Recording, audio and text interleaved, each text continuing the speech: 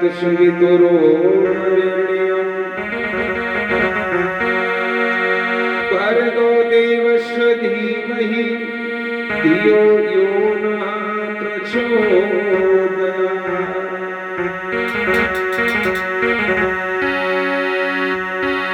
ओम कर्पूरगौरं करुणावतारं संसार सारं भुजगेन्द्रहारं सदा वसन्तं हृदयालिङ्गे भवं भवानी शेतं नमः।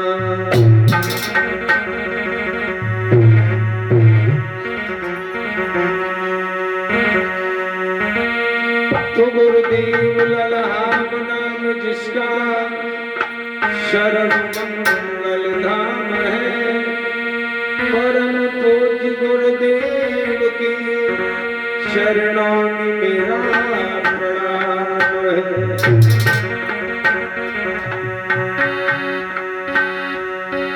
तो तुम तो भगवान तुम ही हो,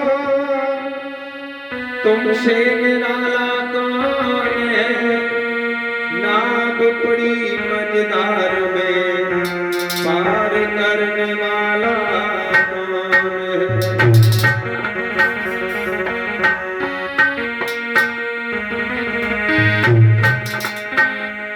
ओरे बनवारी ओरे बनवारी कोई आशा नहीं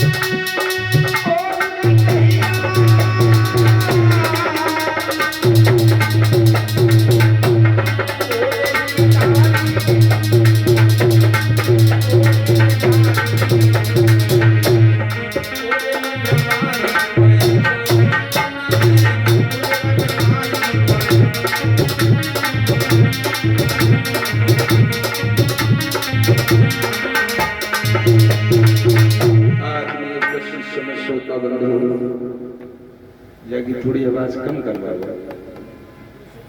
बहुत ओवर बोल रहा है। समझ श्रोता बंधु, सीता, सावित्री, अनसुईया, गार्गी जैसी पवित्र धरा पर पलने वाली हमारी पावन माता बहन, आदर के योग्य वज्रगढ़, सम्मान करने योग्य भारत वर्ष में परम आदरणीय संश्रोमणी शोर श्री शारदानंदन व्याकरणोपाध्याय सांगीताचार्य सरस कथावाचक स्वामी आधार बाबा चैतन्य जी के पद कमल में शीश को नवाते हुए भगवान की ये पावन कथा का 6वां दिवस दिन हुआ। श्री सुखदेव जी बोले, हे राजा परीक्षित, तुम्हें मैंने 10 स्कंदों के बारे में संबोधन किया है। भागवत का 11वां स्कंद प्रारंभ हो रहा है। 7 दिन का तुम्हें श्राप लगा है, उस तक्षक रूपी सर्प बनकर के तुम्हें डसने को तैयार बैठा है। उस अपने काल रूपी मृत्यु का साधन करने तुम संतों के सानिध्य में उपस्थित हुए हो। उस संतों की झोली में दया के सिवा कुछ नहीं होता है। मेरे शिष्य, तुम हमें ये जिज्ञासा बताओ कि तुम्हारा मन, आत्मा और बुद्धि तीनों एकाग्रचित हैं। वो वास्तव में भाइयों, भगवान की कथा में बैठने पर चित्त को एकाग्रचित होना चाहिए। सत्य चित्त आनंद, सत्य हृदय में हो, चित्त भगवान की शरणागत हो, आनंद का अनुभव हो जाए, समझ लो मेरे दाता मेरे करीब है। यही भगवान का स्वरूप है। न परमात्मा की हाथ है, न कान है, न नाक है, न मुंह है, न पैर है। निराकार है प्रभु, लेकिन सर्वस्त्र व्यापक है। जिधर नजर उठा करके देखो उधर मेरा दाता निवास कर रहा है, और जो दिखाई न देता वही तो मेरे संसार का भविष्य है। जो हम देख रहे हैं वो है नहीं, और जो देख पा नहीं रहे हैं वही तो सत्य है। महाराज जनक को अष्टावक्र जी ने उपदेश दिया था कि राजन, जो तुमने स्वप्न में देखा वो भी असत्य है, और जो आज सदृश्य देख रहे हो ये भी असत्य है। स्वप्न का भी भरोसा नहीं, और जो हम देख रहे हैं उसका भी भरोसा नहीं, जो हम कार्य कर रहे हैं उसका भी भरोसा नहीं। कितनी भी सुंदर इमारत बना दो, एक दिन वो भी ढह जाएगा। कितने भी परिवार में रहे, बसेरा कर लो, ये सब साथ छोड़ जाएंगे। कोई आज चला जाएगा तो कोई कल चला जाएगा, कोई परसों चला जाएगा, कोई पिछली परसों चला गया, सब चले जाएंगे। कोई अपना नहीं है। पूरे जीवन तुझे अकेले जाना है, थोड़ा धर्म कमाता चल। सब चले गए, कोई नहीं रुका। बड़े बड़े बहादुर चले गए।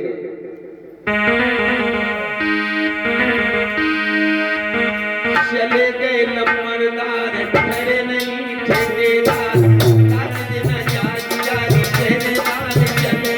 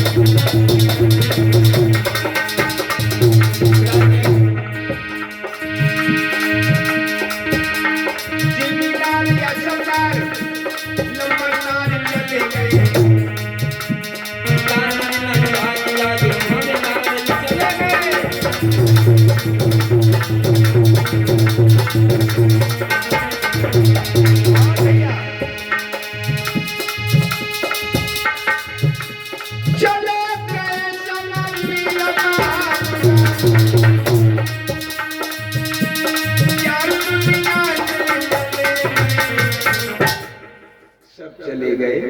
अस्पताल, लम्बतदार, पहरेदार, ठेकेदार, थानेदार, जिमीदार, कोई नहीं। लेकिन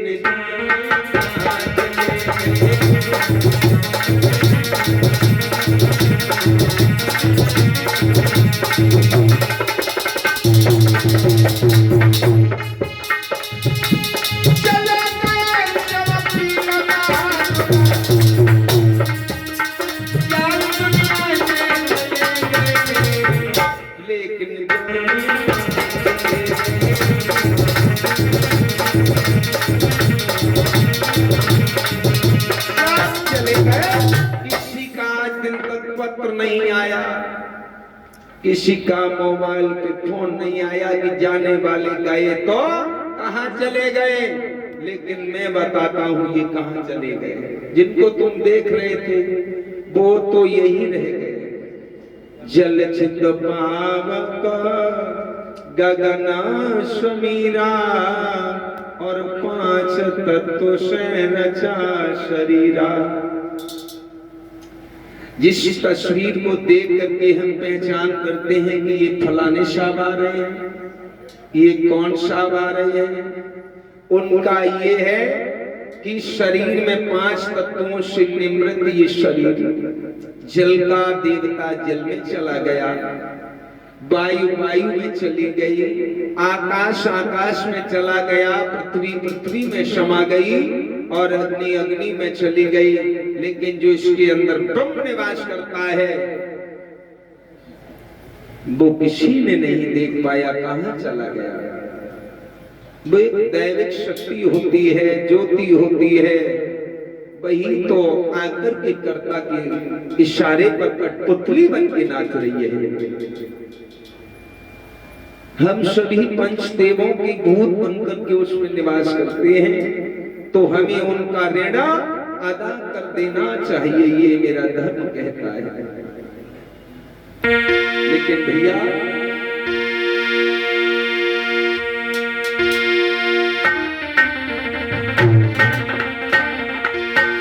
अब सभी लोग भगवान का सत्संग का भजन बोलो। उसके बाद आगे का सत्संग बड़ा सुंदर है।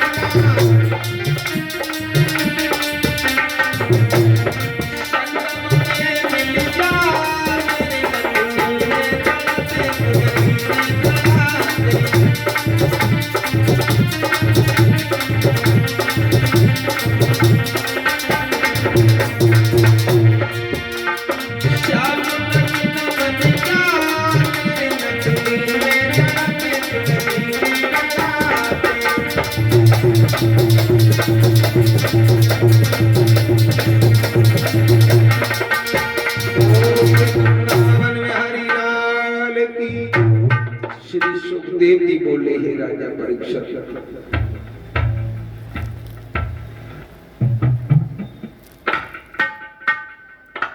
आइए भगवान की कथा की तरफ देखते हैं। भगवान ने 16 कलाओं से अवतार मथुरा की कारागृह जेल में लिया।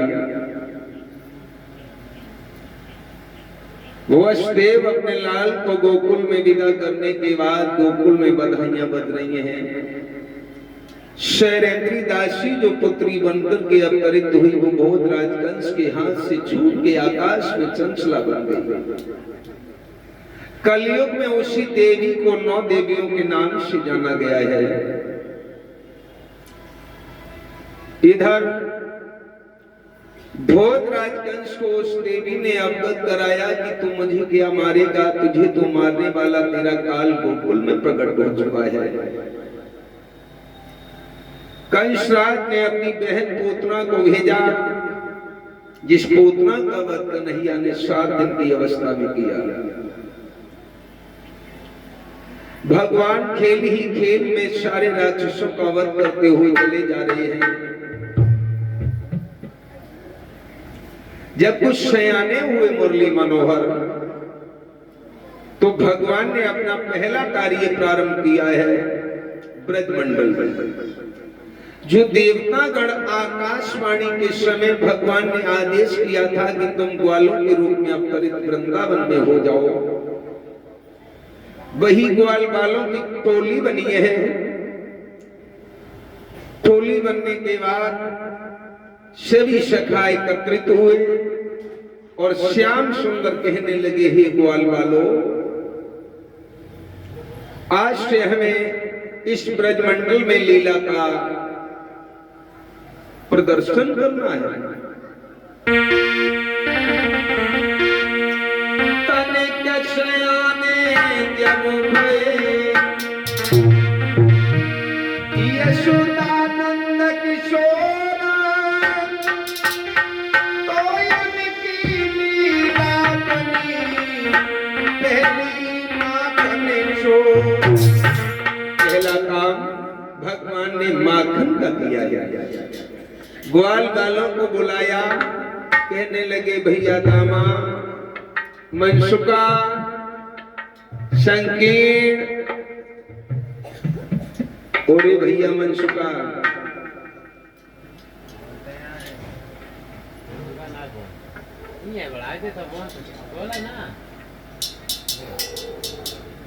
ग्वाल बाल कहने लगे, कन्हैया क्या बात है? देखो भैया, आज के बाद हमारे ब्रज का माखन और गोरस मथुरा नहीं जाना चाहिए। क्यों? बात यह है, अगर हमारा गोरस मथुरा चला गया तो मथुरा वाले पहलवान हो जाएंगे, मैं दुर्बल हो जाऊंगा। इसी दिन हमारा उनका परस्पर युद्ध होगा, हम परास्त हो जाएंगे, वे विजय श्री को प्राप्त कर जाएंगे। इसलिए अपना पौष्टिक आहार हम किसी भी हद पर मथुरा नहीं जाने देंगे। दामा कहने लगा, ओ भैया, ये बात तेरी प्यार से कोई नहीं मानेगा। कन्हैया बोले, प्यार से माने तो मना लो, जबरदस्ती माने तो मना लो, वो कैसे भी ना माने तो बरजोरी से मनाओ। तो आज से ही एक काम प्रारंभ किए देता हूँ। और मनसुका भैया, भैया आज ये बता, कौन के घरे माखन खाए भी चले गो? बता दे। हम क्या बता दें, हम तो सभी के नाम भी नहीं जानते हैं। तू हमसे बड़ो है, तू सब कुछ जानता है। माखन सबसे अच्छो लगते है शीला भाभी। अच्छा, हेलो, और एक बात बता, शीला भाभी को माखन तो मीठो, लेकिन वह को भूसो पत्ते 2-2 कुंटल भूसा बड़ो नीको है। एक ही गुलछा में दांत चाटा फिरो गई जमीन पे। देखो भैया, बता तो है, वहाँ बता दे। जब दूध में जब रही ना करते, हाँ, तब्बा में देखो कितनी मार पड़ते, तब्बा में कितनी बढ़िया घी निकलता। अच्छा, तो जा बता, चल तेरी बात मानता हूँ, शीला के घूसा को खाएगा तो वो माखन को खाएगा। हाँ मामा हाँ तू ही तो चालाक है। तू देखो बड़ो है तने तगड़ो अब ऐसो कर, जब चोट खावे से माखन लेकर तो चोट तू खात रहिए, छाछ में खबात रहिए। चलो जा तो मालूम पड़े कि ना के घूसा लगे। संग ग्वाला लीले कृष्ण जल्दी ने पकड़ी है आगे की राह।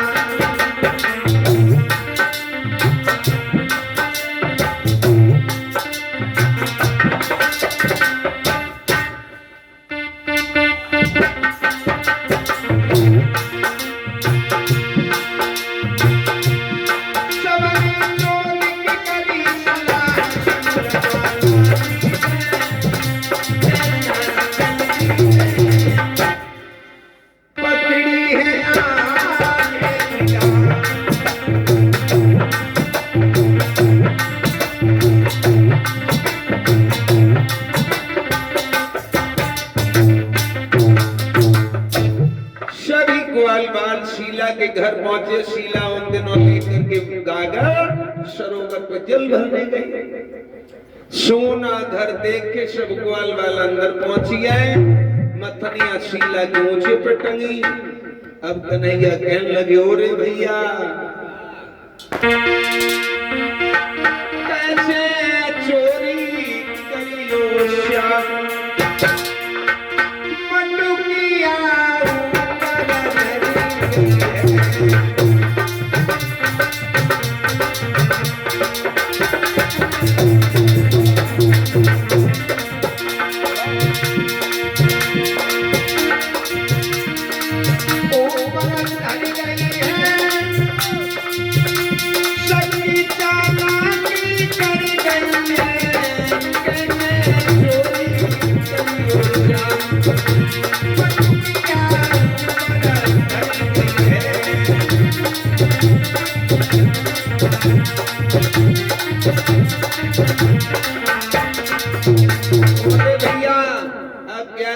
मथनिया आकाश में दोनों पर छोटे हैं, कैसे माखन खाएगा भैया। सोच कछ भैया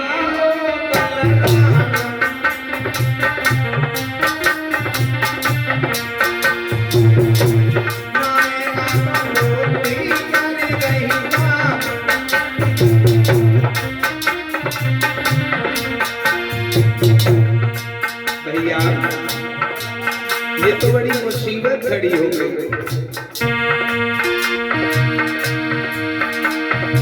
घर के मटुकिया सीने में होशियारी कर गई है, चोरी मटुकिया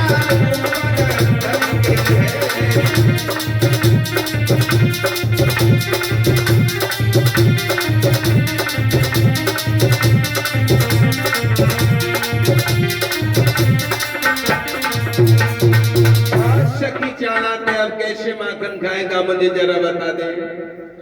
हम बता भैया, बिल्कुल बता दे। देखो तारा ऊपर हो जाओ। क्या कहा? तारा ऊपर मतलब तेज भाषा में समझ ना आ रही। ये समझना है बात को। ना ना ना ना देखो एक के ऊपर एक, एक के ऊपर एक, एक के ऊपर वो एक के ऊपर एक, ऐसे करके पहुंच जाए। अच्छा एक दूसरे के कंधों पे चढ़ जाओ। हाँ भैया बताओ। या बता नीचे को रहेगा तो पप्पा के ऊपर हम फिर जूरे फिर जूरे फिर टोपी वाल। और जब जो माखन ना चले तब जाते करो। अरे भैया मैं तुमसे समय से उम्र में कम हूँ, मेरी आयु भी कम है, वजन भी कम है। तू ही ज्यादा हट्टो कट्टो को लिखाया जाता है तो तुम्हें दमाऊ ज्यादा, तू ही नीचे को वजन झेल पावेगो। तू ही नीचे हो जा, तुम सब के कंधों पे मैं हो जाऊंगा। माखन तुमको खिलाऊंगा, छाछ स्वयं खाऊंगा। ऊपर ऊपर को हमें खवाएगा। बिल्कुल तो कह रहे अब नीचे ही बने रहे। चल भैया और जो ना खवा तो भाई हटाते हैं। कोई बात नहीं। चलो ठीक है। वाला लियो नचाई रे श्याम रहे मुस्काई रे और श्याम जटायु पर चढ़ गए मटकी लई उतारी रे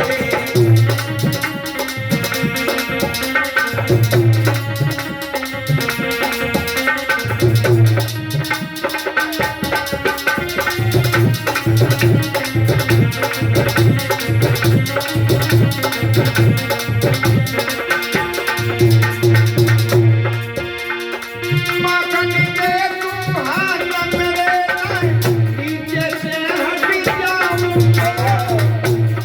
सवारी से भी बुलाई कन्हैया नीचे कोई गिराऊं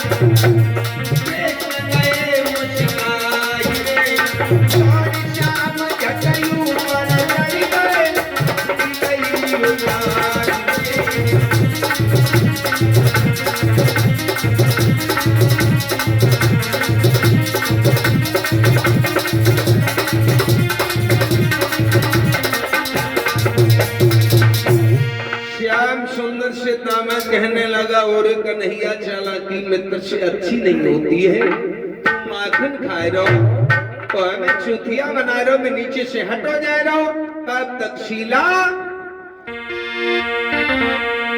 कुछ आई महलन में गुजरिया